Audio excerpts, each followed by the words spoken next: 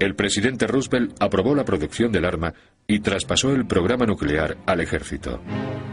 El general de brigada Leslie R. Groves, un experto ingeniero y administrador, fue el elegido para dirigir el Manhattan Engineering District, nombre que recibió el proyecto porque inicialmente su sede se encontraba en Nueva York. El general Groves acababa de terminar de construir el Pentágono y le disgustó mucho que le asignaran el proyecto Manhattan, nombre por el que terminó conociéndose la iniciativa. Estaba seguro de que era un despilfarro, de que jamás podría hacerse algo así. Sin embargo, en la Universidad de Chicago, Szilard y Fermi ya estaban dando los primeros pasos para demostrarle a Groves que se equivocaba. Su objetivo era probar que el proceso de fisión podía utilizarse provocando una reacción en cadena sostenida en uranio.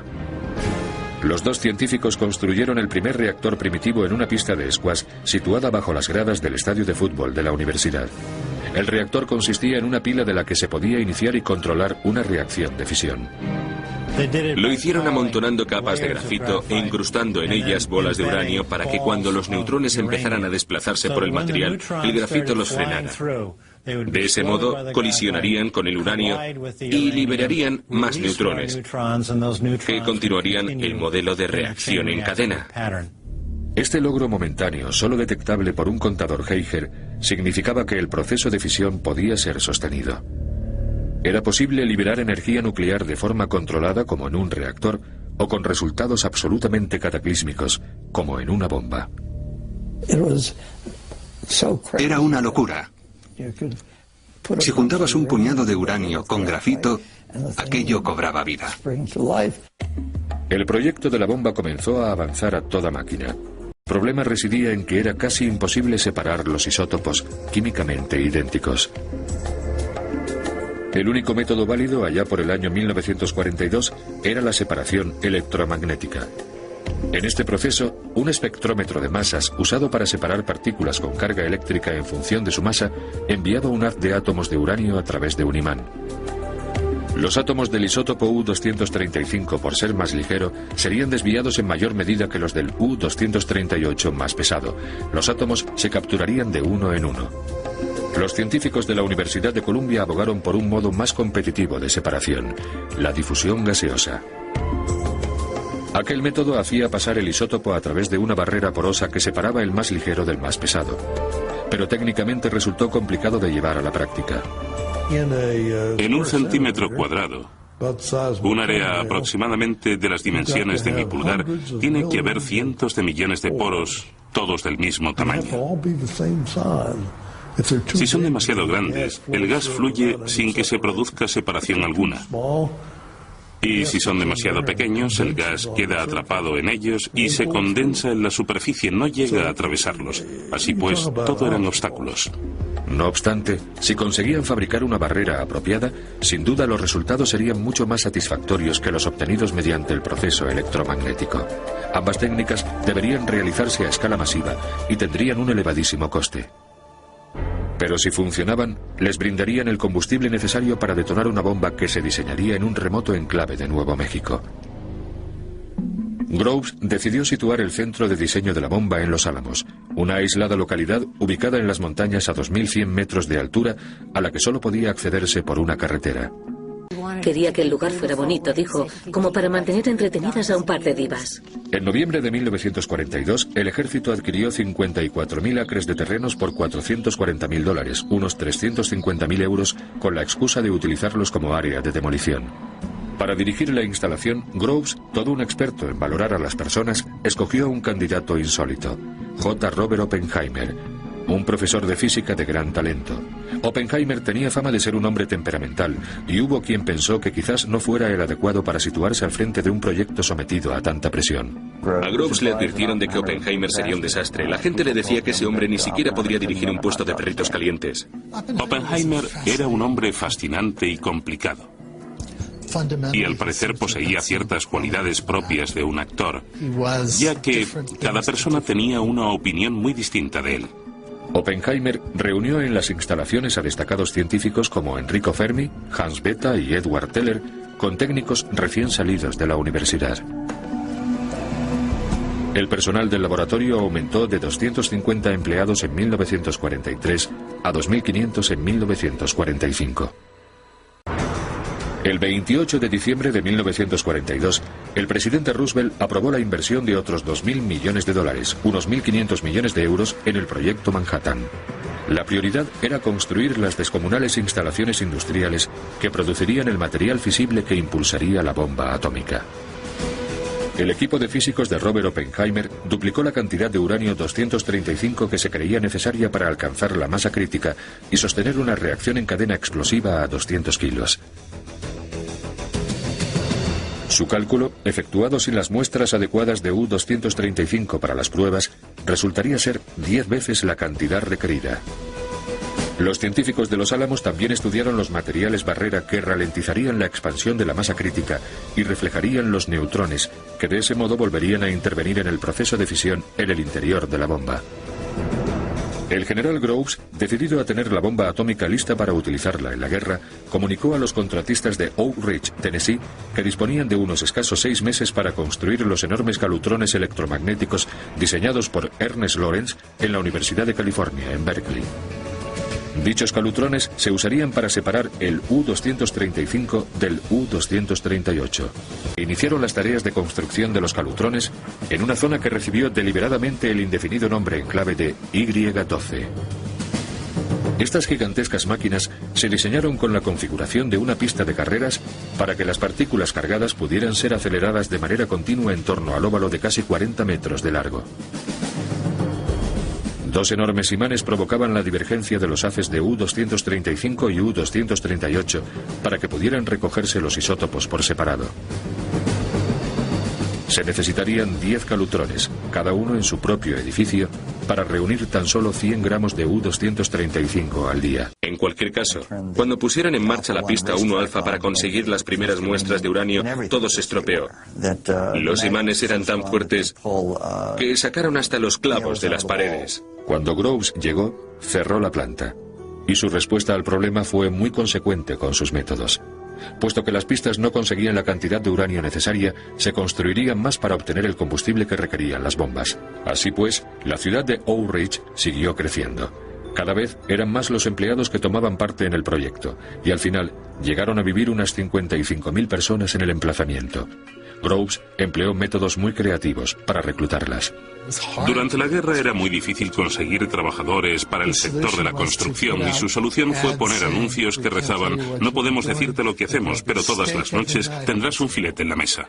A los trabajadores se les instruía para mostrarse evasivos cuando alguien les preguntara a qué se dedicaban. Si alguien te preguntaba qué hacías en Oak Ridge, decías que fabricabas las luces para las luciérnagas, los agujeros para los donuts, cosas así. Mientras, en Los Álamos habían empezado a diseñar la bomba de prueba, a la que todo el mundo llamaba ya el artilugio. El principal obstáculo era hallar el modo de unir rápidamente 2 masas subcríticas más pequeñas para conseguir una masa explosiva mayor. El diseño de la bomba resultante se asemejaba mucho al de una pistola. En el interior de la bomba un cañón dispararía una pieza de combustible radioactiva contra otra a casi 1000 metros por segundo. Las piezas tendrían que encontrarse lo bastante rápido como para evitar que los neutrones emitidos espontáneamente derritieran el combustible, haciendo que la bomba se apagara en lugar de explotar. Pero a los ingenieros les esperaba una difícil tarea. Una cosa es disparar una pieza de uranio contra una segunda pieza y otra hacerlo.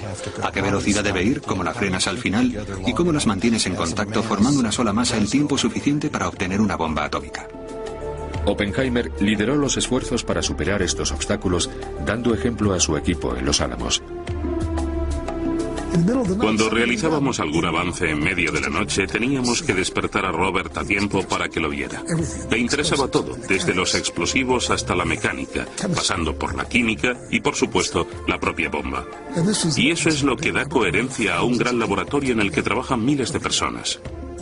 Oppenheimer vivía a base de café, martinis y cigarrillos. Groves se pasaba el tiempo comiendo chocolate y dormía tranquilamente, mientras que a Oppenheimer le consumía la angustia. Pese a ser tan diferentes, parecían compenetrarse a la perfección y sin duda tenían un objetivo en común. Ese objetivo común estaba a punto de alcanzar un nuevo nivel. Cuando los científicos perfeccionaron el diseño del artilugio, un nuevo elemento fabricado por el hombre, el plutonio, comenzó a escalar posiciones como posible combustible. Cierto, en 1941 era casi 2 veces más fisible que el uranio 235 y podía producirse a una escala mucho mayor irradiando uranio en reactores nucleares. Para conseguir plutonio, los ingenieros de la Universidad de Chicago diseñaron 3 reactores de producción que se construirían en Hanford, Washington. Groves inició las labores de construcción en Hanford el 27 de agosto de 1943, con empleados contratados en la zona. 60.000 trabajadores de la construcción vivían en tiendas en la reserva Hanford. El gobierno intervino, compró 500.000 de acres en el desierto del este de Washington, creó este remoto enclave de construcción y en cuestión de meses levantó varias estructuras a gran escala diseñadas para la producción de plutonio. Pero Groves seguía sin estar conforme. No quería depender únicamente de los enclaves Y-12 y Hanford para producir el combustible de la bomba. De modo que en septiembre de 1943 ya había iniciado las tareas de construcción de una tercera, el K-25, una gigantesca planta de difusión gaseosa en Oak Ridge. En el proceso de difusión, un compuesto gaseoso, el hexacloruro de uranio, pasa por una sucesión de barreras, cada una de las cuales va enriqueciendo levemente el isótopo U-235 más ligero. La dificultad radicaba en encontrar una barrera que no se deteriorara al someterse a la acción de aquel gas tan corrosivo. Los científicos e ingenieros no consiguieron fabricar una barrera satisfactoria hasta un año después de que se iniciaran las tareas de construcción del K-25. Era un edificio que en última instancia cubriría más área que ningún otro que se hubiera erigido. La estructura en forma de U medía 800 metros de largo por 300 de ancho y su perímetro era de 600.000 metros cuadrados. En su interior había una serie de contenedores y cascadas sellados que recorrían toda la longitud del edificio. Oak Ridge siguió creciendo y a finales de la guerra era ya la ciudad más grande de Tennessee. El consumo de energía total durante la operación K-25 en el transcurso de la guerra en el Manhattan District representaba aproximadamente el 10% de toda la generada en Estados Unidos. Considerando el tamaño y las posibilidades del enclave K-25 en el proyecto Manhattan, no creo que en el ámbito de la ingeniería haya existido hasta la fecha un logro comparable a lo que se consiguió en aquel lapso de tiempo. Cada vez parecía más improbable lograr producir el suficiente U-235 como para influir en el desarrollo de la guerra. Y la alternativa, el plutonio, había planteado también infinidad de problemas. Las impurezas de este nuevo elemento ocasionaban una mayor actividad de los neutrones, lo que provocaría que las bombas se detonaran antes de lo previsto, que se produjera una fisión antes de que las dos mitades se unieran formando la masa crítica.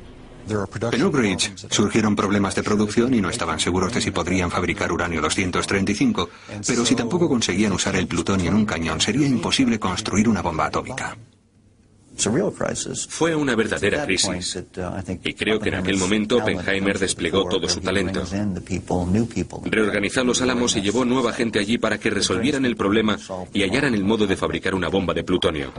La nueva configuración de la bomba de plutonio exigía una capa exterior de explosivos que dirigiera ondas de choque simétricas hacia el interior, comprimiendo una masa central subcrítica de plutonio. El aumento de densidad resultante reduciría las distancias entre núcleos y detonaría la reacción en cadena explosiva. Nadie había colocado nunca potentes explosivos y conseguido una explosión simétrica. Por eso ni siquiera estaban seguros de que aquello fuera factible. Se encontraban ante un problema de ingeniería muy complicado y desde mayo de 1944 hasta agosto de ese mismo año el laboratorio tuvo que esforzarse en hallar una solución.